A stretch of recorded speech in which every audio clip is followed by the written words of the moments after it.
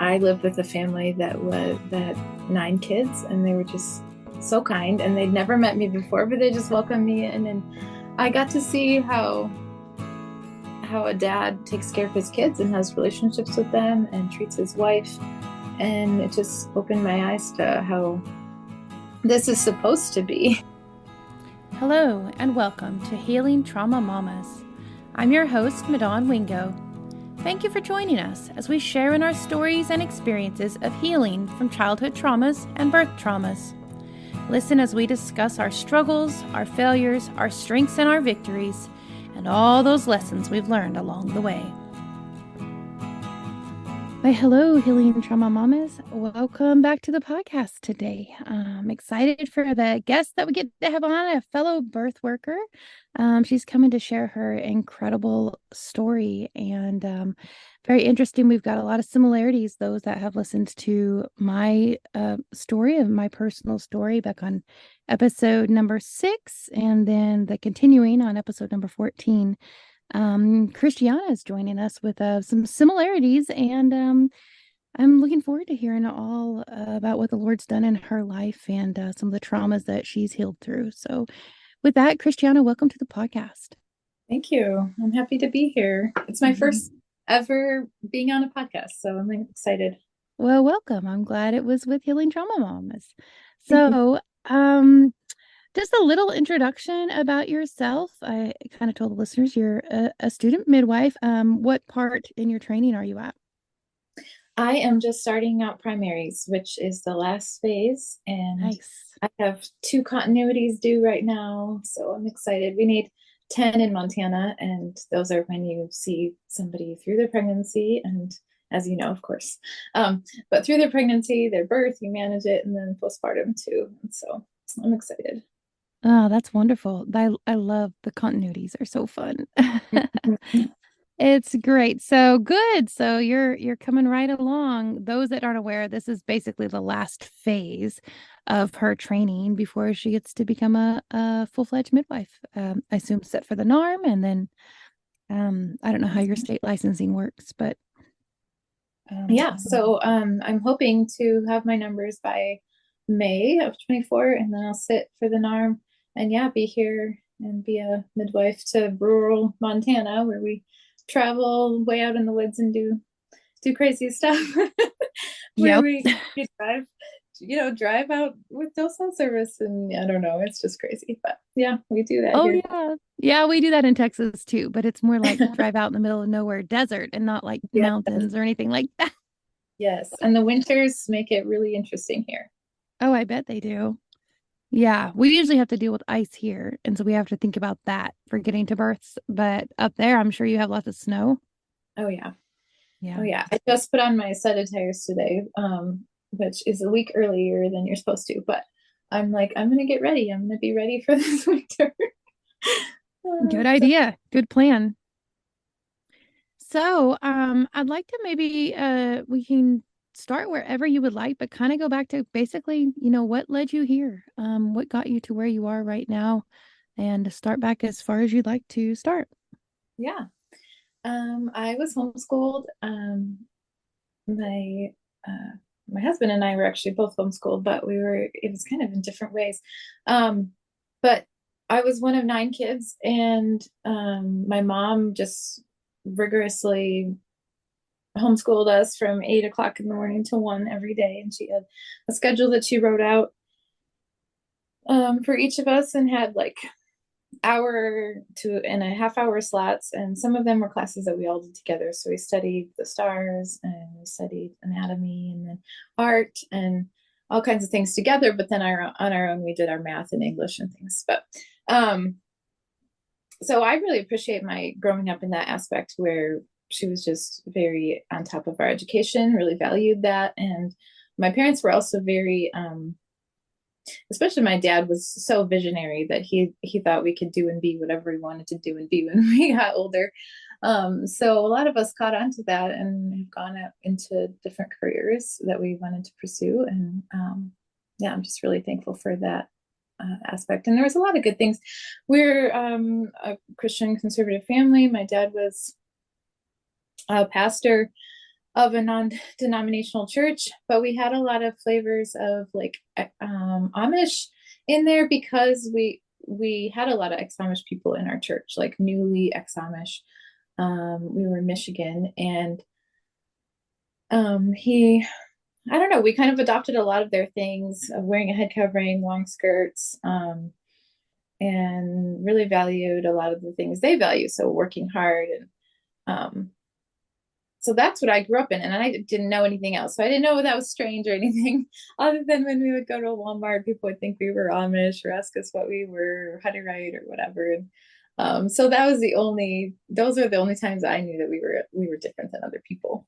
Um, but had lots of friends. Of course, we hung out all the time on Wednesdays, Sundays, so I didn't feel lonely. And especially with 9 kids, you never feel lonely Yeah. um, in a family. But um, yeah, I just thought I had a really happy childhood. Um, and then when I got older, I wanted to pursue midwifery. And so mom gave us slots in our school where we could study the things we were interested in. And so I chose to study all about herbs and the human body and just what like natural healing can do for cancer and all the things. And so I learned a lot, even when I was 13, 14 years old, that I remember now. And I'm like, I'm so happy I learned those things when I was young, because it gave me a good base about how the human body works um, from a natural perspective.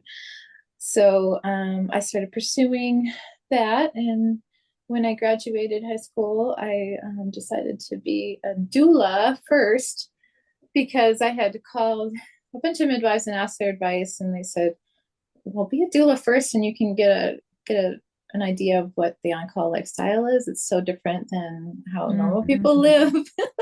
Yeah, I think most midwives suggest that first because it's just like, Yeah. okay, get to go to a few births, see what it's like, getting called out at 1 a.m. and staying up for however many hours and kind of seeing how you handle that and if you really like it or not. Yes, for sure. Um, and so I did that. I pursued that. And it was really only a stepping stone to midwifery. So my goal wasn't to be a doula, but I got some good experience that way, and became certified. And so I keep up on that certification too, because I think it's a good thing to keep up on every 2 years. Um, and yeah, so I thought I lived in a really good, wonderful family. I've been always so thankful for my family, but there were things that started to come to the surface a little bit when I was later in my teenage years. I remember having a conversation with my dad about women's roles and men's roles, and I was talking to him about the story about Lillian Trasher, how she was a missionary in Egypt, and she had left an engagement in America. She had gone over there just as it was her calling, and God totally blessed her as a single woman with all kinds of miracles of providing for their kids and things. And she had left without her family's permission, even though they were a Christian family. And they just thought it was unsafe for her. And so I was talking to Dad about that, and he said, "Well, I don't really think God would ask that of a girl. I don't really know. I couldn't, he couldn't really give me an answer." And so I was like, but God called her to that, and he totally used her, even though her family totally disagreed with that. And so my dad was very influenced by the Gothard movement, by the Mhm. Pearls, a lot of the more patriarchal viewpoint. And I never even heard the word patriarchal growing up. Like that just wasn't in our vocabulary. But now when everybody's starting to talk about it, like it's kind of a trend of we're like you're seeing what your past is, and it's kind of the same of like, okay, this was a movement. We were also involved in the charity movement too. But um he just didn't think that a girl should step out of the authority of her dad, and that's a very protective place for a girl to be. And so I mean sort of still agree with that, but I still think that when God calls you to something, like Jesus said, you sometimes have to leave everybody for that calling, like even if it's your mom and your dad, your brother, sister. um And so that just got me thinking of like, okay, well, what would I leave for Jesus? And I had been saved when I was 9 years old. Um, and we were very strong on being born again, and I got saved. I knew I was a sinner. I got down on my knees and I asked Lord to forgive me of my sins and save me from hell. And I just knew I was going to heaven when I got up. It was completely different. And I lived a different life after that, pursuing God and um, praying and listening to his voice and reading the Bible. So I've continued that, and still, like, that was the day where my life changed. And now, how many years later, I still serve Jesus, but it's just been an interesting road of like, well, what is Christianity made up of, and is it of this more outward appearance, or is it inward? And am I worth what men are worth as a woman? Am I worth the same, or am I less? And so this got me to some pretty interesting places later on, when after my dad passed away. He just passed away suddenly in the night, and uh, there were 8 kids still at home, and my second oldest brother got married after he died. Just 3.5 weeks later, they had their wedding planned out and everything, and they went ahead with it. After about a year of him being married, he decided that it was time for him and his wife to move back into the house, to move in, and with their kids, and to be very like authoritative in our life and be a father figure. So that was a big thing. He wanted to be a father to the kids and things. And so by that time, my youngest sibling was probably 11 or 12, and us girls were getting up into where we were in our nearing 20s or in our 20s. So he moved in, and we didn't realize it at first, but he was really starting to control our lives, and kind of the grip was getting tighter and tighter. And we were wondering why, because we were adult women. And so anyway, I don't know what you believe about any of this, but it was kind of surprising. And we were like, I don't know what is right about this. I knew something was wrong about it, because he was telling me what job or I could or could not have. He really looked down on women having jobs. He didn't like that at all, but he allowed it because we needed money to live. And uh, so we decided to kind of stop talking about our jobs when we got home every night, because he didn't like hearing about them. And he started to um, give us very long speeches at night about what he believed, and if he had seen something during the day or heard something, then his wife would tell him about what had happened, and he would just talk and talk, sometimes up until 10, 11. And I was in midwifery college at this point, so I was really busy and, and tired, and all of us had jobs, down to my little sister. We were working so hard. Some of them were working in grocery stores, some of them were doing lawn care, and um, Was it anyway. expected that everybody would stay up and listen to him? Yes. Yeah, you Yes. didn't have an option to go to bed. Yes. So we had our family devotionals in the evening, and he would, yeah, keep us up for a while. I don't know. It got to where we just had to kind of agree with him before we went to bed, because he wouldn't allow us to not agree with him before going to bed. And it was more of a brainwashing rather than a like in love, like giving you the information and allowing you as adults, or even as kids, to decide what you want to do with this information. And so Do you think uh, his heart in the beginning was he felt like you guys needed protected and taken care of, and so he came in to try to do that? Or do you feel it was like he had an opportunity to come in and be over you guys and rule the nest, basically? yeah, I think in the beginning he had a really good heart. Because all growing up, I mean, us girls weren't always around the boys, because they were always working outside and doing guy things, while us girls were inside, um, working in the kitchen and on the garden and things. So, um, he was always just a great brother. I mean, all my brothers treated us very respectfully and stuff. But yeah, I think he started with a good heart. His wife, I helped them with their kids being born. I do think that there was some trauma in his life that affected him. so starting with my dad dying suddenly, he was pretty close with my dad and looked up to him and still does. So when that was suddenly taken from him, I think that was a trauma in his life. And then we were on a short mission trip. The same brother organized a lot of mission trips to Haiti so that we could build benches for the churches out in really rural areas, where there's not a lot of resources and things. So we would travel up into the mountains of Haiti and deliver these benches that we would build. So each trip we built about 100. And we were on our way back one night, and it was my first and only trip to Haiti, but this was his fourth or fifth with a group of people. And I had my sister-in-law, his wife, next to me with her baby, and then next to her was my sister. And it was mostly family in this group with a native driver and then a native in the back as well with my other brother. And um, the road was blocked. And so we had to come to a stop, and it was in the middle of the night, which we shouldn't have been driving in the middle of the night, but we didn't know, it's just, we had left late because Haitians are always late with whatever they do. And, we were a little frustrated, but we just climbed in and got on our way, and it was about a 10-hour drive back to Port-au-Prince.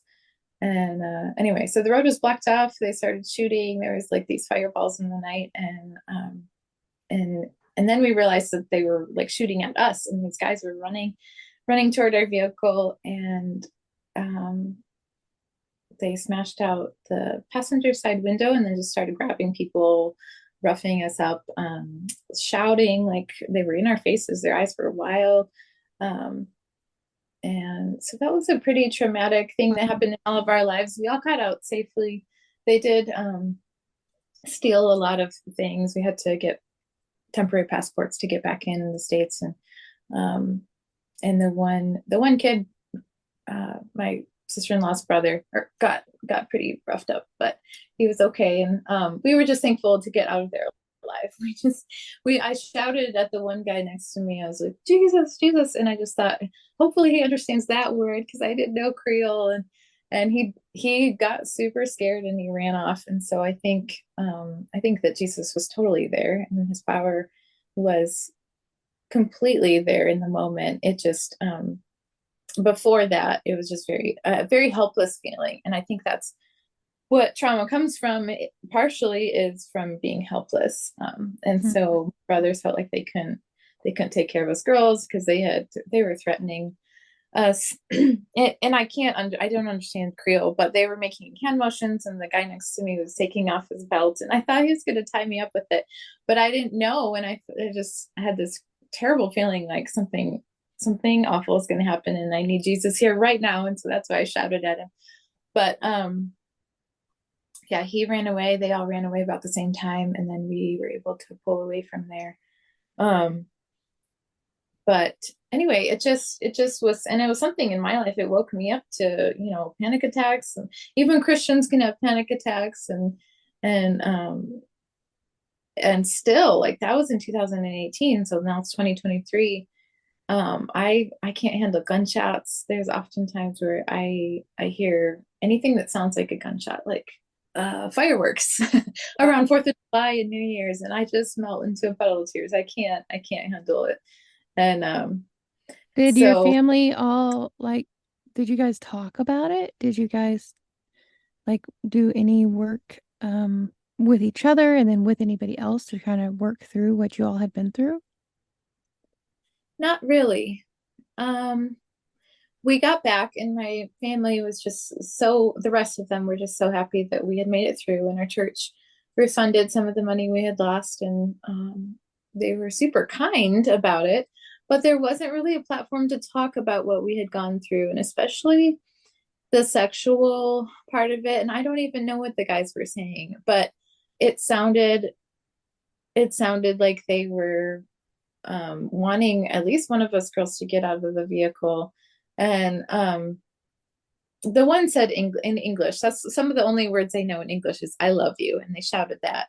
But anyway, I'm still confused as what they wanted. But I do think there was something sexual about it, and that was the hardest thing about it. I thought, I wish they would have just shot me dead afterward. And it's so awful to think, but I was just like, I just can't handle it that somebody was who had just opened my door, had never met me before, never seen me, and they're just willing to just, take advantage of me.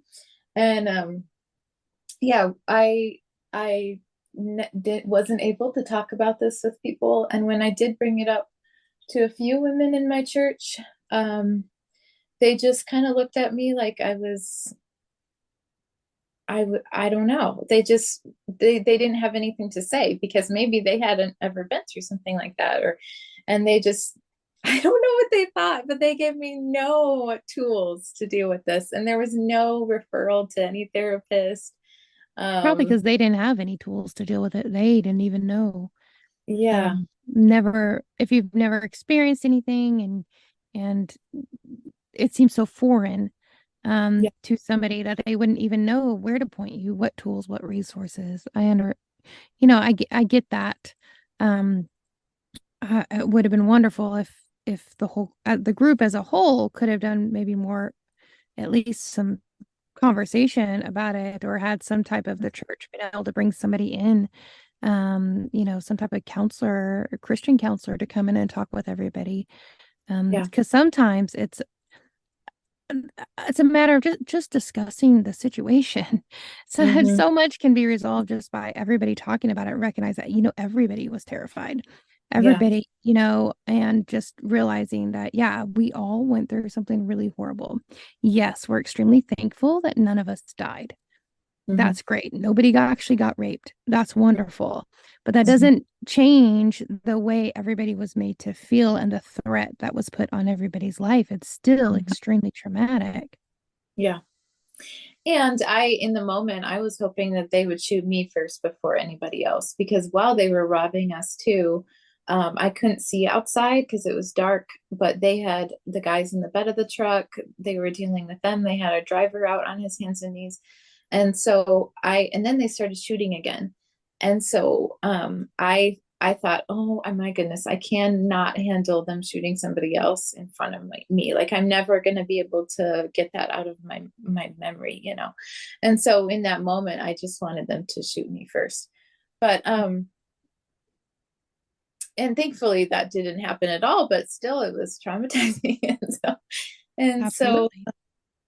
yeah, definitely. I wish they would have had more tools and thought about this as like your brain is an organ that needs to work well, and it's not only spiritual. And so, um, Yeah. yes, we need to pray and we need to trust God and we need to ask Him for wisdom, but we also need healing in our brain. And I think then that's when I developed some pretty hefty breathing issues. But back to my brother, he had gone through that with us, felt pretty helpless in that situation. And whenever him and my other brother that were there would talk about it afterward, their faces would just turn white. And they tried to figure out afterward, like, well, what if we had guns and we were non-resistant, which means that you wouldn't hurt anybody in that kind of situation, in any Mm. situation. Um, but they just kind of hashed it out that way, like what could we have done better, and over and over again. So then also, then I think later that year, so that was in 2018. Yes, I think it was later that year. My sister-in-law was pregnant and she was at a prenatal appointment. We walked in to me. I was helping the midwife who was her midwife, and we walked in and she was in labor at 27 weeks, I believe. Mm. Um, and so we got her loaded up in the car and I drove as fast as I could. I pulled over a deputy sheriff and got his attention, got him to come to the window, and he ended up escorting us the rest of the way there. It was about 40 minutes, but we got there sooner than that. Her water broke just as we were pulling into the hospital, and they they reached in and felt 2 feet. And so they said, well, we need to do an emergency C-section. And she didn't want to do one, but ended up going back for one real quick. And the baby had no voluntary movement after that. So I think during the C-section, there was probably too much either magnesium or something given to her where the baby was kicking super vigorously up to that point and being compressed because it was being born. Um, but yeah, it just, he made no voluntary movement. We didn't know anything about this until about 3.5 hours later when she was in recovery in the ICU, that we were told that they had been working on him that whole time doing CPR, and his heart rate would come up to 100 or so, and then would crash again, and they just couldn't keep it up. So they said, well, we can life flight him to another hospital and he might die on the way, or you can just hold him here as he passes away. And so she chose to hold him. Um, and so, yeah, I was there with them through that. And it was heartbreaking because I thought, how am I supposed to ever be a midwife when I'm going to possibly see this again, see a baby die? And it's just heartbreaking. I couldn't handle it. Like I thought I can handle an older person, even like my dad, who was only 45 when he passed. Um, he got to have 9 kids and live a life, but when a baby dies, it's just like they never even got a chance, and it seems so unfair. Um, but anyway, that was my same brother who ended up moving in and being very controlling. So he had gone through some rough stuff, and I think that was part of his problem with control. He just wanted to control what he could control, whereas these other situations were out of his control. So I've talked to Yeah. some guys about that, and they've been kind of agreeing with me of like, yeah, that sounds like he just wanted something to control, even though he had a good heart in the beginning and stuff. But yeah, so us girls That's were very realizing, common. That's very yeah, common for people who have dealt with a lot of trauma in their life, whether it's generational or situational or any of that kind of thing, that they will look for something that they have total control over. yeah, That way they can, they know that something is at least in their control, even if all these other things are out of their control. This is where a lot of even like disorders come in. Anorexia sometimes can mhm, be due to that. Cutting can be due to that. Lots of other coping mechanisms mhm, are due to control, needing to control something, obsessive compulsive disorder. Lots of things like that are due to the fact that different traumas happened and they felt so out of control that they need to have something that they have complete control over. And it makes sense when you think about it from that perspective. It doesn't make it okay whatsoever, and doesn't make it okay at all for the people that he was affecting. But it helps to understand why they got to that point, or their reasoning behind what they're doing, even if it's completely wrong. yeah, for sure. Um, he, So I love him to death. I love my whole family, and it's just hard to talk about, how bad it's been. And my mom, another aspect to this story, my mom has had undiagnosed bipolar. And I say that because we didn't go to psychologists, therapists. Like we thought that they were saying things that weren't right, and that wouldn't help us at all. Like all we needed was Jesus. And um so she never got diagnosed, but when I've described what would happen at home and growing up, to people, they recognize it as bipolar disorder. And her mom had it too, and her mom was diagnosed as bipolar. Um, but yeah, it's just a lot of physical, mental abuse. Um, she would be such a kind person sometimes and want to have fun with us kids and take us out and do garage sailing on all these things, but then other days it was like a switch would just flip and she was completely different, and the littlest thing could set her off. And so then we all had to be on, you know uh, I don't know if pins and needles, or just be very careful around her. She would go in her room, close the door, and be in there for weeks really without talking to the family. And we never knew, a lot of times we didn't know what was going on or why something upset her. Sometimes we did know. she would fast for long periods of time, sometimes up to 40 days, I remember, but usually Wow. it was a week or two and or longer, and she would fast and not come eat with the rest of us. And yeah, she would counsel a lot of other women on how to spank their kids and things, but it was very abusive. And some of the things I remember now about her counseling other women, I'm just horrified because I don't have kids, but I just don't think that's how you treat your kids. And like spanking a 17-year-old, at that point, at that point, a spanking is not gonna do anything for your 17-year-old. At that point, they're just gonna be mad at you, and it's abusive. Um, so she insisted on, no clothing between her and the spanking stick except, a pair of underwear. And so we often had welts after we were spanked. And I remember just hot welts that it's hard to sit down. And but usually our spankings were after about an hour or so or more of yelling and just completely tearing down our lives of just whatever Mm. we had done in our life, and we just felt worthless afterward. um and sometimes we would get a spanking for something that before we didn't get a spanking for, so it was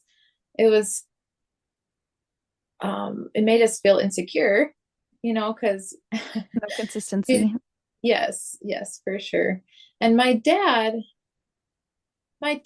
didn't always know what was going on at home because he was working and often gone. And so I don't blame him for being outright abusive, at least not in my experience. But he was negligent to some degree, because when he would hear about something that happened during the day, if one of us kids would bring it to him, he would just say, well, make mom happy. That's what's honor your father and mother, and you just got to make mom happy.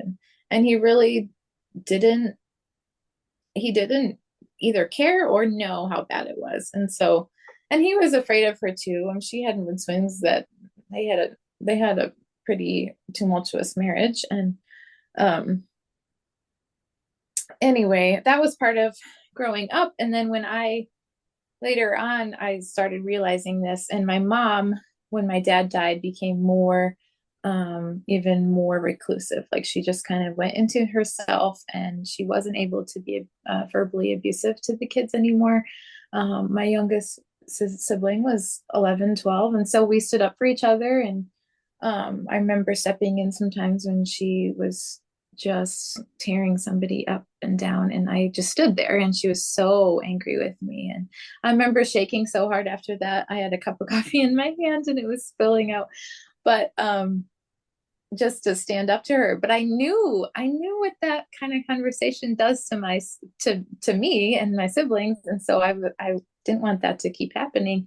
So she was realizing that she didn't have as much power with my dad being gone, and my dad wasn't going to stand up for her and stuff.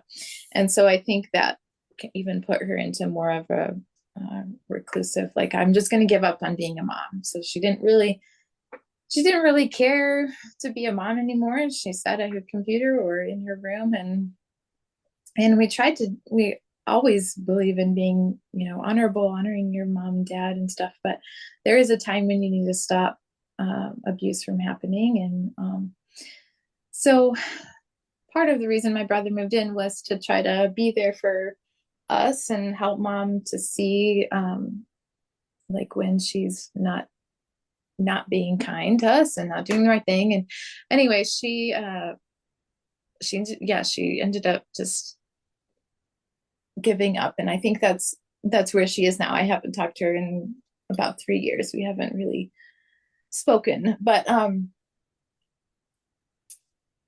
my sister, what kind of started us realizing, whoa, this is crazy, our family is a wreck. My sister decided to move out. And she just said, everything that I know about God has been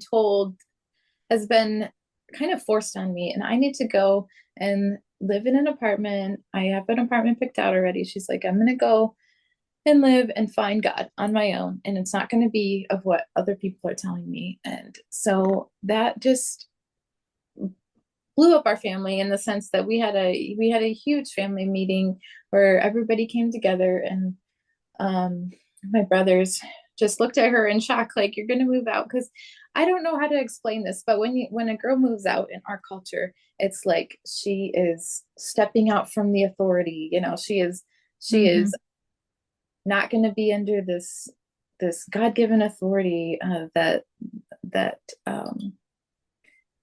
she's under, and she's being unsubmissive, and she's really not doing a good thing. She's being rebellious, and I so understand that exact same thing. Like we had so many rules about how, like, I wasn't allowed to go anywhere alone after a certain time of day.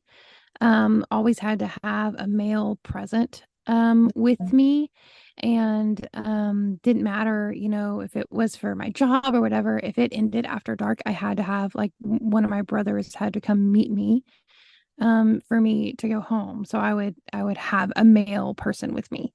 um, Um yeah, we had something, similar. And then the same thing, if you chose to step out on your own, then you're stepping out of the authority that you're supposed to be under. And then are you just completely disregarding God and stepping out from that because he set up this authority? It's supposed to be the way they set it up, in their perspective. mhm. And yeah, and so then their whole, like, order is crumbling down. I know, and it's so maddening. It was just the anger that came out, and my brothers at that point were just was it was shocking. I didn't know that it was going to be that bad. I knew that we would probably cut her off because that's what we did with people. We just cut them off and we never talked to them again. But I didn't know that it was going to be so like dynamite, you know. Hmm. And so my brothers turned to us other girls and said, "What do you think about this?" Because it couldn't be an isolated case. It had to be like, okay, what do you all think? And so um, I said, I don't think it's wrong for a girl to move out. She needs to go find God, and we know that you need a personal relationship with God, and if that's what she needs to do, I'm not against it. And and they just were so angry, and me and my older sister um, were put in that place because we were the only ones over 18, other than my um, sister that was moving out. And we were just put in this place of what are you going to decide? Because you have to agree with us or not agree with us, and you have to either shun her or not shun her. And we didn't use the word shun, but basically cut off from the family, Yep. and not talk to them ever again. Yep. And so I said that I can't do that. That was an impossible thing for me because the sister was really close to me. I figured if she needs anything at night, if she gets sick and can't hold down a job or whatever happens, I need to be there for her. And there was no way that I was gonna not let her reach out to me or go to coffee with me, have a relationship, whatever. And so then I knew that that meant that I was going to be cut off too. So then it's like enabling one relationship to keep going while you're giving up the rest of your family. And so it was a big decision and just awful. It was horrible. Um, so I asked the midwife that I was apprenticing with I asked her if I could come and just stay with her for a bit. So I loaded up all my stuff and walked right past my sister-in-law who was cooking in the kitchen with all my huge bags of stuff. And I don't know, she probably saw that it was my stuff and not my sister's, but I just loaded up my car. I figured, I don't know for sure if I'm moving out, but I'm going to find out. And so I went to my preceptor's house and just knelt on the floor and cried out to God and asked him what I'm supposed to do while I'm in the middle of school. I was doing a bachelor's degree, so I still have to keep up on my assignments. And um, anyway, it was a Thursday, and I realized that I just had peace, just complete peace. Like, yes, you can move out, and it's okay. I'm going to be with you. I was really sick at this point. I had a breathing issue that would just give me lots of chest pain. When I would get up and walk around, it was undiagnosed. No doctor could figure it out at that point. I had gone to as many as I could afford, and then I would stop because I couldn't afford it anymore. And over that happened. And anyway, so I didn't have a job, but I was in midwifery college and attending some births. So it was really just a scary thing to think about moving out because I didn't have money. You just don't know where Yeah. your next paycheck is going to come from and how you're going to live. And am I going to live in my car? And there was a woman who recently, from our community, had gone out to a city about 3 or 4 hours away and had lived in her car and had died in her car. From we didn't know what, it was just kind of a Mm. mystery case. And we knew she had been begging. We didn't, there was probably some mental illness going on there, or I don't know her complete story, but that was in the back of my head. Like, am I going to be like her? Am I going to live in my car and then end up begging for money because I can't afford to live? And so,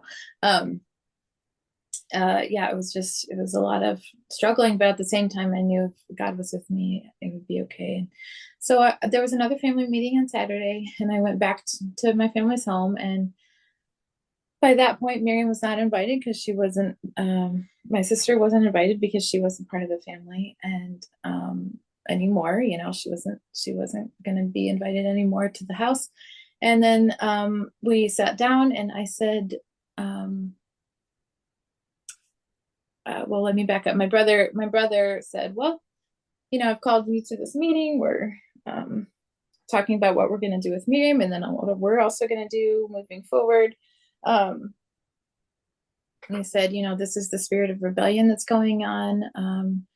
And previously in the meeting before, they had told me that, my eyes were dark. There was something in my eyes, and I just thought it was crazy because a couple days before that, this lady that said that I was going to be at her birth, she said, I just think Jesus is in your eyes. I could just see it in your eyes, and I'm so looking forward to you being at my birth. And I thought it was crazy because here my brothers were saying there's a darkness in your eyes, like implying that Hmm. there were demons or demonic forces. And they were talking about how demons had entered our house and had started influencing us. And they turned to me and they said, Christiana, maybe we shouldn't have let you go to midwifery college. Maybe that's where you're getting your feminist ideas. And I didn't even know what feminism was. I just like, I'm learning to catch babies, and I don't even know what you're talking about. Um, so later I found out what feminism meant. But yeah, in that moment, I was just like, man, it must be something bad because I don't even know. And they were like, maybe we shouldn't have allowed you to get jobs, and because you're obviously getting these ideas from somewhere that you need freedom. And I asked them for verses. I said, what are the verses that you're using to back this up, where you can cut off a girl, a grown woman, because she has moved out of the house? She still wants to be friends with you guys and still come over sometimes. And they just were very angry. They used some of the verses um about the headship order, but it all had to do with marriage. It was like having to do with marriage in First Corinthians 11. And we said the last time we checked, we weren't married, and you were not our even our father. But yeah, you're not our husband. And so we were, most of the time I wasn't talking and I was crying and I didn't know what to say. But there was just a lot of weird things that were said. And the Jezebel spirit, of course, was brought up. And then Mm. the passage, let's see, I think it's First Corinthians 7, where it's talking about, Paul's talking about virgins and how he wishes everybody was a virgin, but it's okay to be married. And then at the end, he says, and if something about if a father um, wants to keep his daughter from getting married, then it's okay. And that's in the King James Version. In other versions, it actually says if a betrothed man um, wants to keep her a virgin or doesn't, he can either marry her or not marry her. It's really up to him. Um, but in the King James, it's a father. So they said if a father can decide that you can't get married to somebody or married at all, we have authority. We have the same kind of authority as a father, and we can tell you not to have a job or not to do this or that and what to wear. And that's being married or not married is so much more than all the things we've told you not to do and do. And So they really twisted scripture and completely like, uh, wow, just twisted it all up. And I was pretty confused for a little bit after that, because I went back to the midwife's apartment um, after afterward, and I just prayed and prayed and had to work through a lot of things. But anyway, in this meeting, my brother said, if you don't agree with me 100% on this, and you're not going to support this, I don't want you around my kids. I don't want you to be a demonic influence in their lives. We can't have that in this house. We're not welcoming demons into this house. So if you're not going to agree with me 100% on this decision to cut uh, the other sister off, you are going to find your stuff out on the lawn in a few days. I think he said in 3 days. So I said, well, I decided a few days ago I'm going to move out, and um, I had already had my stuff at the midwife's house and in my car. My car was completely packed with stuff. And so I went around the room and I hugged everybody. I said, just know that this is not me who's cutting this relationship off. This is you who decided to um, cut the relationship off. I still want to come over for dinners and do things. And they said, don't you declare things like that in this house, woman. You're not the one, you're the one Mm. who's cutting us off because of your decisions. And they got all fired up. And he said, my main brother who was doing this, he said, if you want to come back for dinner or anything, you're going to have a long talk with me. So don't even think about coming over for dinner before you call me and we have a come to Jesus moment. Um, and my mom, the whole time in these two meetings that we had, just sat there and almost said nothing. Um, it was kind of a betrayal too, because, Mhm. um, this is her daughter. These are her daughters that are going to be cut off. And she's just sitting there like she doesn't care, or this doesn't affect her, um, and that's kind of been the attitude she's had over these last 3 years. I was cut off. I walked out and, just cried buckets and went back to the midwife's house, and she came out to the apartment and we just talked and prayed together. I didn't know what I was going to do. And I ended up traveling around. We went down to Colorado. There was a connection with another student midwife, and she invited me to come down to her community, which was it's a very welcoming Christian community where uh, most of them had been missionaries to foreign countries. And um, I lived with a family that had 9 kids, and they were just so kind, and they'd never met me before, but they just welcomed me in. And I got to see how a dad takes care of his kids and has relationships with them and treats his wife. And it just opened my eyes to how this is supposed to be. There Oh. was one moment where somebody needed a fork or a spoon in at the table, and he jumped up, and he had one knee replacement that I think he had to do 2 times. Anyway, he was hobbling to the kitchen to get them a fork or spoon. And I just was completely in awe. I just did not understand how a guy, a dad, a man would get up and do that, because in our household it was girls would jump up and get something real quick if any of the boys needed something, and we'd say, oh, I'm so sorry, I didn't get that earlier, whatever. Mm. And there was just some different moments where I was like, whoa, that's servanthood, and that's what real manliness looks like. And so I was still struggling with my chest pain. I didn't know if it was a lung problem or a heart problem. But I traveled around, and it would come in bouts of like a couple months where I would be just completely weak, and I couldn't hardly even stand up enough to do the dishes or sweep the floor or something. I'd just be dizzy, and it was awful. And I ended up going back to my sister's house because my two sisters had that were cut off from the family. They were living in an apartment, and they invited me to come live with them. And there were some hopeless moments there because I was so sick and didn't know if this was something deadly or what was going on. And I remember one night my sister and I just we just sat in the dark because we didn't turn on the lights, and we just cried. We just like, Mm, what are we gonna do with our lives? Because they both were working so hard, and they were getting afraid to leave me alone because there were times where I couldn't talk, and I would just cough and cough like crazy, and they needed help, like they needed other people in their church or somebody to help with my care, because I often couldn't get up to like make myself breakfast. And so my sister started leaving breakfast that I could just sit down and eat, basically, and doing things like that. I mean, they were just wonderful for me, and so kind. But our family, the rest of our family lived down the road, and we knew we couldn't reach out and ask them for help because they wouldn't. And during that time, they never asked how I was doing. And I mean, from that time on, they've never reached out and asked how we were doing. Um, so yeah, it's hard because it's like they say we care about you so much, and this is the reason that we want you to be under our protection. And but really, that's not love when they really don't care about us. I could have been dying. I wasn't dying, but I could have been. I didn't know.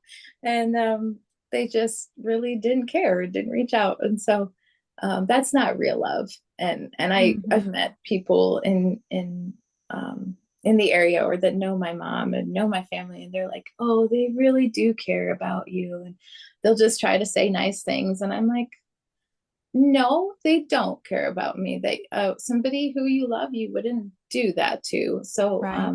no, I don't believe that. And that's not real love. That's kind of a twisted love. And I'm so they I glad you got to go see, though, you got to go spend some time with some other people and get to see, Yes, what real love looked like and the yes, real sacrificial, caring for each other, like we're supposed to love. And that's wonderful that you were given that gift. yes, for sure. um I got into a healthy church, and um, got to I just traveled around. I ended up going out to Spokane for clinicals. I worked out there for at some different birth centers when I felt better, and got to meet more people, and just really soaked in what real Christianity is. And at that point, I decided not to wear the head covering and always wear long dresses. I went back to that scripture, 1 Corinthians 11, and I said, well, I don't think I can honestly say that I believe that I need to wear this. And so I thought, well, it would be hypocritical for me to do it if I don't believe in it. And so it was a big step for me to take that off because I was in a community where that was um, very expected of you, you know. And if you Mhm. had done it and now you take it off, well, now you're worldly and and you're really off the Yep. deep end of that one. But I I did it, and that was a step of faith too, of just like, Jesus, you need to take me wherever you want me. And so my sisters decided to stay in a Mennonite church, and that's where they still are, and we still have a really good relationship. Um, so and then we've I think we've done a pretty good job at like respecting each other and realizing that maybe we'll believe a little bit different, but that's okay. We're still siblings and we need to love each other.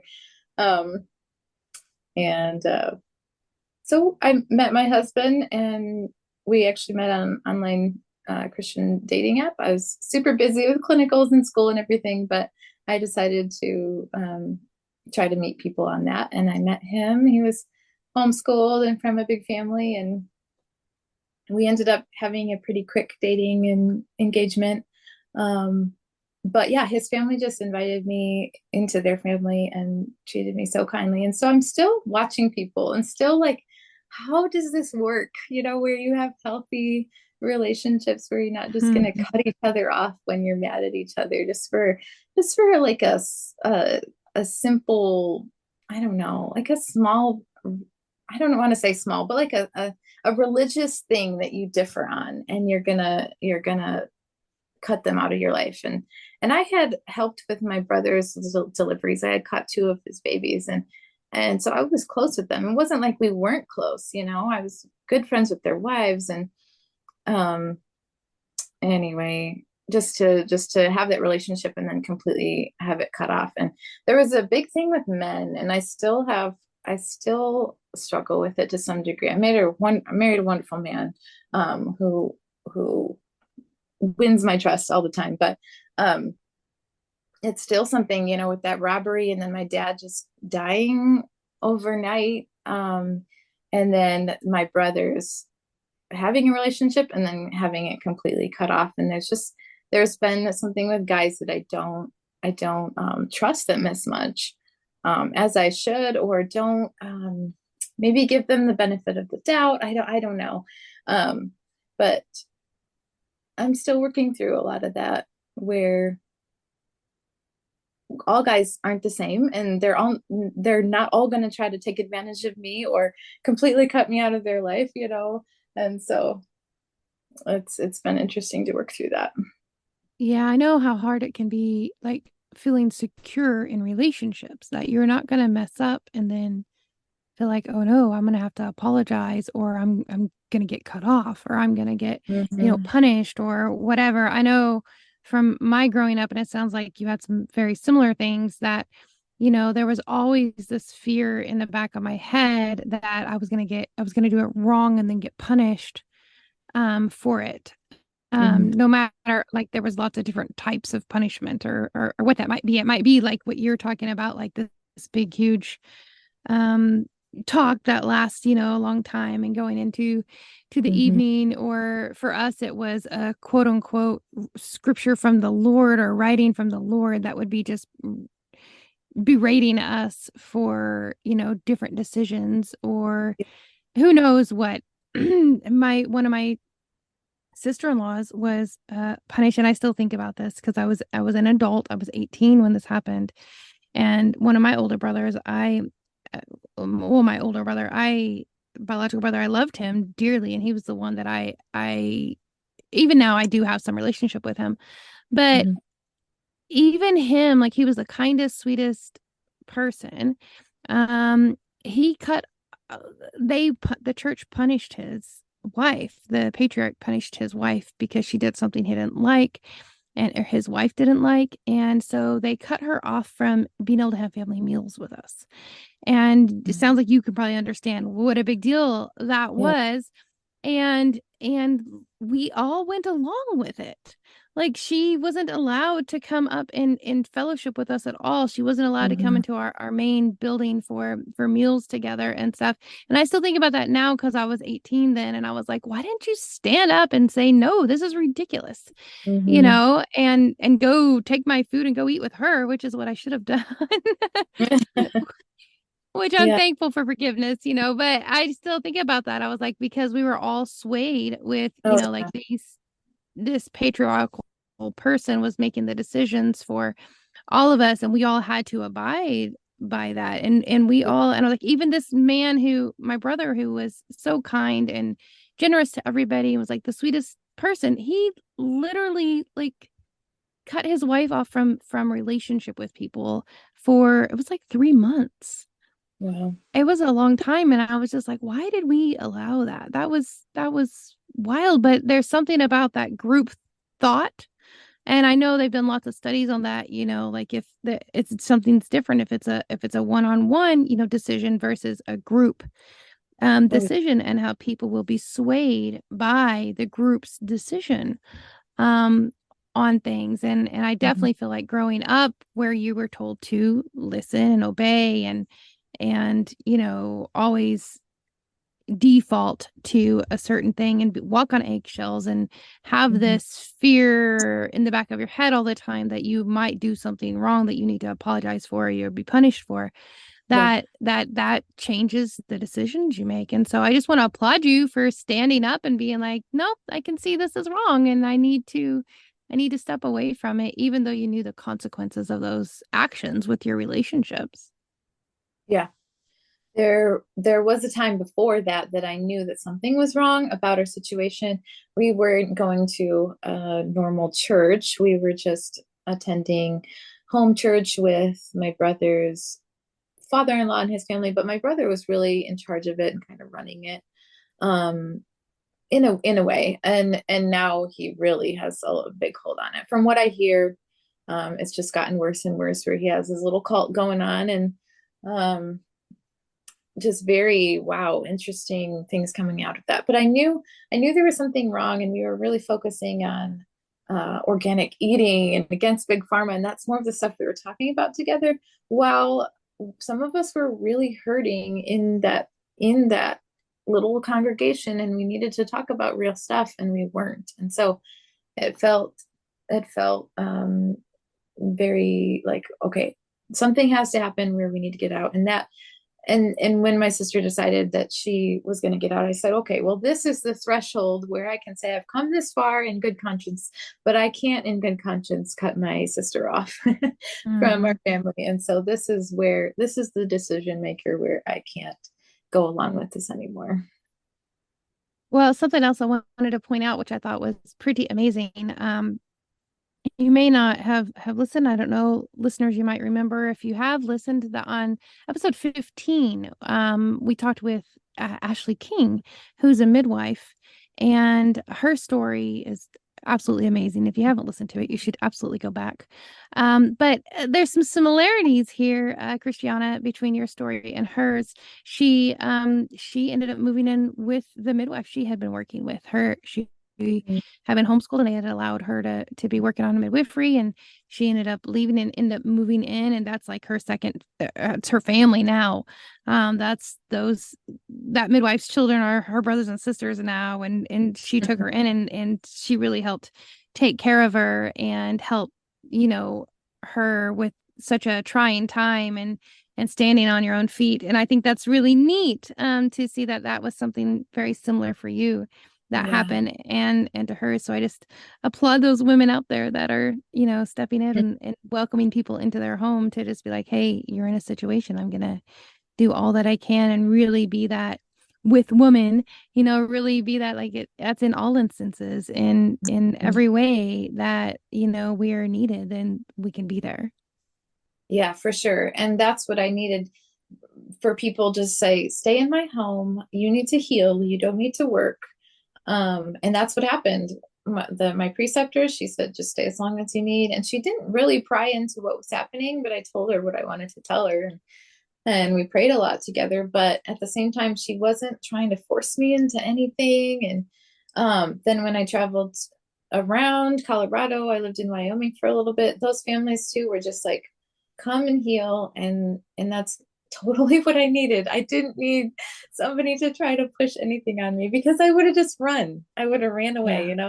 probably been homeless. So I ended up finding out what was wrong last year.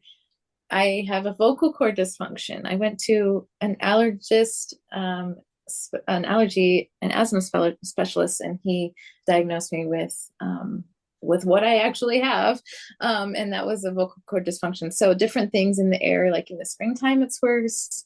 Different things will aggravate it, and they'll spasm on me where I can't get a good breath in, and so then that's where all the chest pain and the coughing comes in. Um, Hmm. so then he just gave me a couple prescriptions to things that completely take care of it. And it was a very simple fix after 4 years Oh of dealing with man. this. Yeah. So it's an answer to prayer, but also God just takes you through some hard things sometimes so that he can be there with you and just really refine you. And I don't know, there were a lot of days where I was so sick and I could hardly get out of bed, and just chest pain. I mean, chest pain that just takes over your body. Hmm. And I would just watch the sun come up and then watch the sun go down, and there wasn't much I could do. And God was just so close to me in those times. And I love the fact that I can get in my car and I can drive around and go to people's houses now. Um, but I also know that, like, that was a special time too of just sitting and being with God. So yeah, there's different seasons in our life. Yeah, I love that he doesn't tell us that we won't ever go through hard things. In fact, he guarantees we will go through Mhm. lots of things in this world. But I think it's amazing that through those things, that's really where he shines, and he really shows us, like, that he's there, and like, in those hard moments, that he's got your back. Like he's Yeah. taking care of you. And all of those like super hard times in my life, I know I can say for sure has brought me so much closer to him. Being sick myself and going through being, shunned Mm. and just lots of, all of those different types of very traumatic, very life-changing things that each time those things have just brought me closer and closer to him. But it was a also a decision. You could have stayed, on those days where you were just watching the sun come up and the sun go down. Like you could have got into a very depressive state. You could have decided to be completely woe is me and I'm going to be ill forever. And that would be a natural thing that would happen to people. And I don't know, maybe you did have some moments like that. I remember I did when I was so sick, Hmm. but but God, Yeah. he shows you like, hey, no, like this is not the purpose I have for you.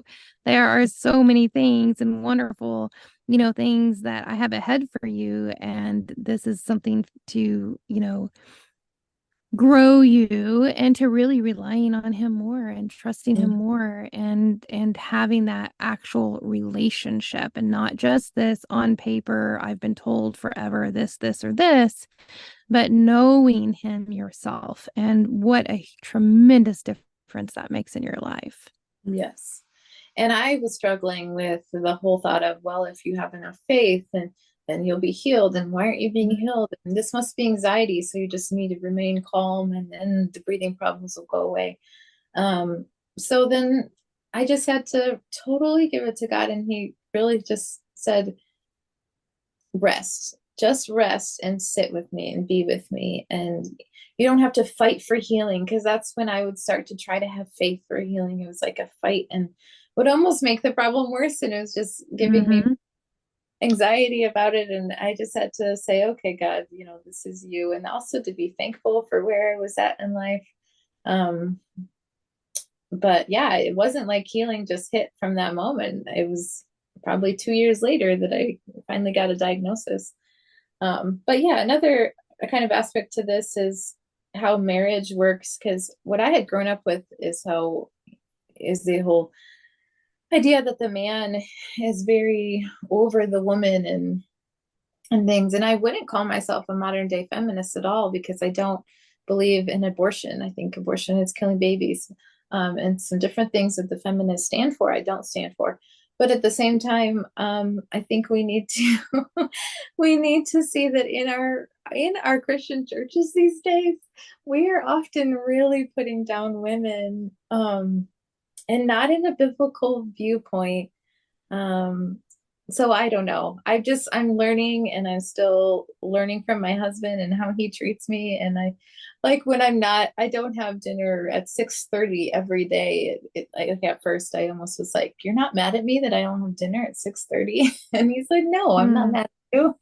It's like we are a team and we're working together, and it's not this, king that comes home and I just need to be at his feet and serve him, because he needs to serve me at times. We're a team, we're working together. And yes, he's a leader, but he But the back also, and forth, the taking care of each other back and forth is so yeah. important. And that's so much of what a marriage is both of you giving 100% to the other person. It's Hmm. reciprocal. It's back and forth. And I think the word that came out to my mind when you were talking about that was value.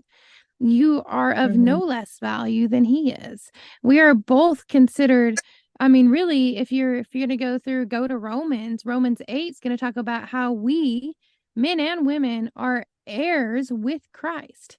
We're both heirs. We're both, heirs to the kingdom. So there is neither one is above the other.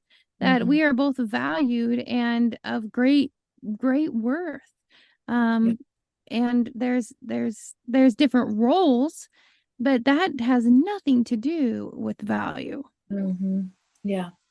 And calling, like we both have callings in our lives, and we don't have to have one stopping us from the other of the calling that Jesus calls us to. And we need to encourage each other in those. And so yeah, just something I'm still dealing with is like, whoa, how do you raise a family? And we don't have kids yet, but how do you raise them where you encourage them in their callings, and even the girls in their callings, but Oh, you don't put the boys down because you're trying to bring the girls up, and you don't put the girls down because you're trying to bring the boys up, you know? yeah.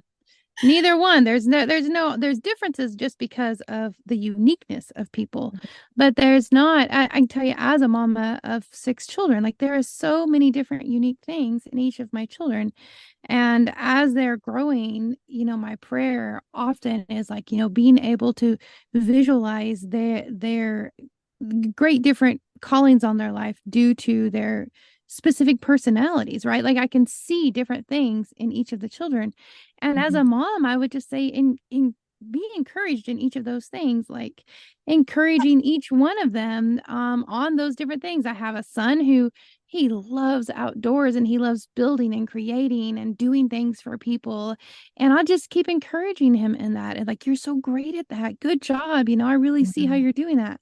But I have another one who's just great at building people's personalities up.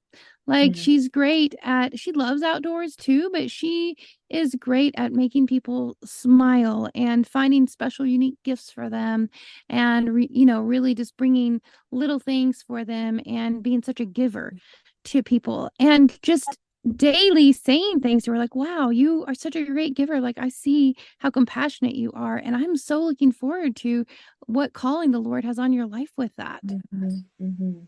There's no Yeah, difference between how I talk to my boys and how I talk to my girls in that. They yeah, are all so valued. mhm, yeah.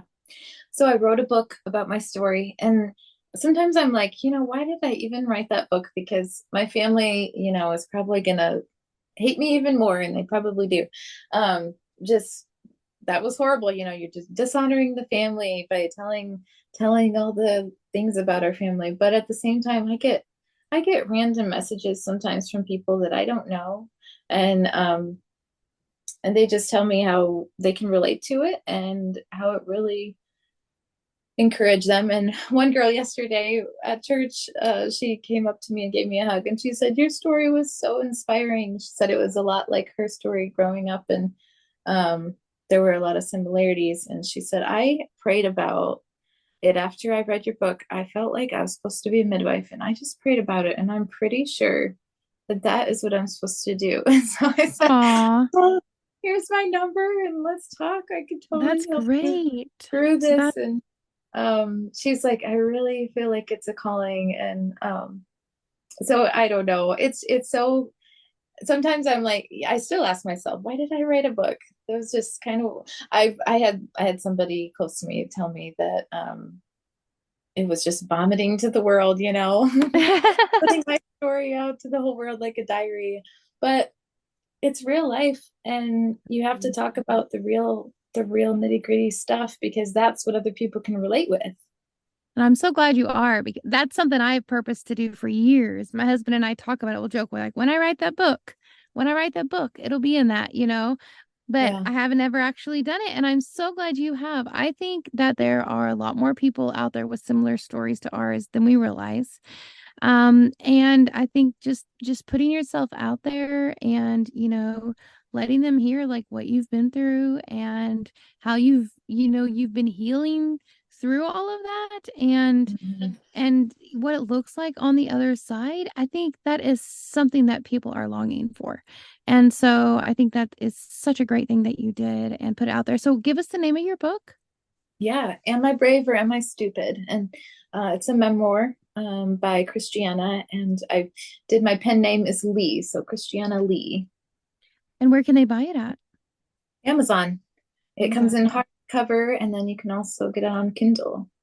Oh, awesome. Great. I'll make sure and put a link in the show notes for our listeners if you want to go. And I would encourage you to do so. Go and get Christiana's book and read it. I'm going to make sure and put it on my next list to read.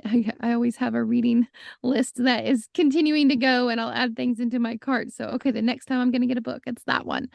Um, so I definitely am gonna go read it myself. And I want to thank you so much for coming on the podcast and sharing your story and sharing, how you've been able to heal even through all those things. Do you feel like, and I feel like this way, like healing is there's not a I've arrived, like there's a Mm-mm. continuum of what's going on, and there's different things that will come out that I didn't even realize was still there, and why it's coming up, and then just dealing with it and healing through it when it comes up. And I figure Yeah. you probably have some similar things. Yes, um for sure. And it comes up in really ugly ways sometimes. And Sometimes. very confusing of why this is happening to me. And so then I have to work through it. Yeah, and I would encourage you to work through one of the things, and I encourage everybody to do is we get entrenched and really indoctrinated in so many things when we are young, and with our families because we're imprinted, with that family and the things that they have said and done, and the things they have said about us. And when it comes to value, and we're talking about value here, if you've been devalued in some way, that sticks in your mind. And I just want to encourage everybody, like, stop. This is where I talk about taking our thoughts captive and really confessing what is the truth, and then purposing to believe what the truth is about ourselves. Like, you were told that you did not have as much value as a man or as even a boy. Many Mhm. times I was told the same thing. And that is not true at all. So there are going to be many times where that thought may creep into your mind again, and you stop it and you say, nope, I am very precious jewel above rubies. I am just treasured by my Father and by all these people around me that love me. And that is what I'm going to stand on. And that is a continuing thing. That's a Right. renewing of your mind daily. When you have those thoughts come in, because I know they're going to come in, that are lies. Stop and think, where did that thought come from? Why am I having that thought? That's not the truth. Let's walk Mhm. in the truth. Yes, for sure. Wow, this has been good. And I know we've had similarities, and that's why I reached out to you. It's like this is happening to other people, and we need to Yes. share stories so that it reaches people that it's happening to them and they don't have a voice and they don't know what's going on and what to choose. But we've walked through this and we're going to keep walking through it. Absolutely. There is freedom and there is joy and healing on the other side. And anybody out there listening who needs more encouragement, reach out. I'll make sure and give a link that you can reach Christiana if she'd like on in social media, and come check out her book. And as always, you are welcome to reach out to me anytime. I do personally answer my emails and Instagram messages or Facebook messages. You can find me at Healing Trauma Mamas on Instagram. We also have a Facebook page, and please consider joining our Facebook group. We just encourage each other in there, share little mindful moments sometimes, and just encourage each other in our healing process. And I always want to remind everybody to come join us on that group. Come share in your stories, share in your healing, and come for encouragement if you're in one of those times when you're really maybe down and really just feeling discouraged. Like, it's a good place to come and share with other women who have been through it, and we can all help build each other up like we are supposed to. So with that, I just want to say thank you, all the listeners, for joining us once again. Christiana, thank you so much for coming on the podcast. Thank you for listening. May you be encouraged and strengthened by what you've heard today. Remember, you are dearly loved by your Creator, so be who He created you to be. May you go in peace, friends. Till next time, Shalom.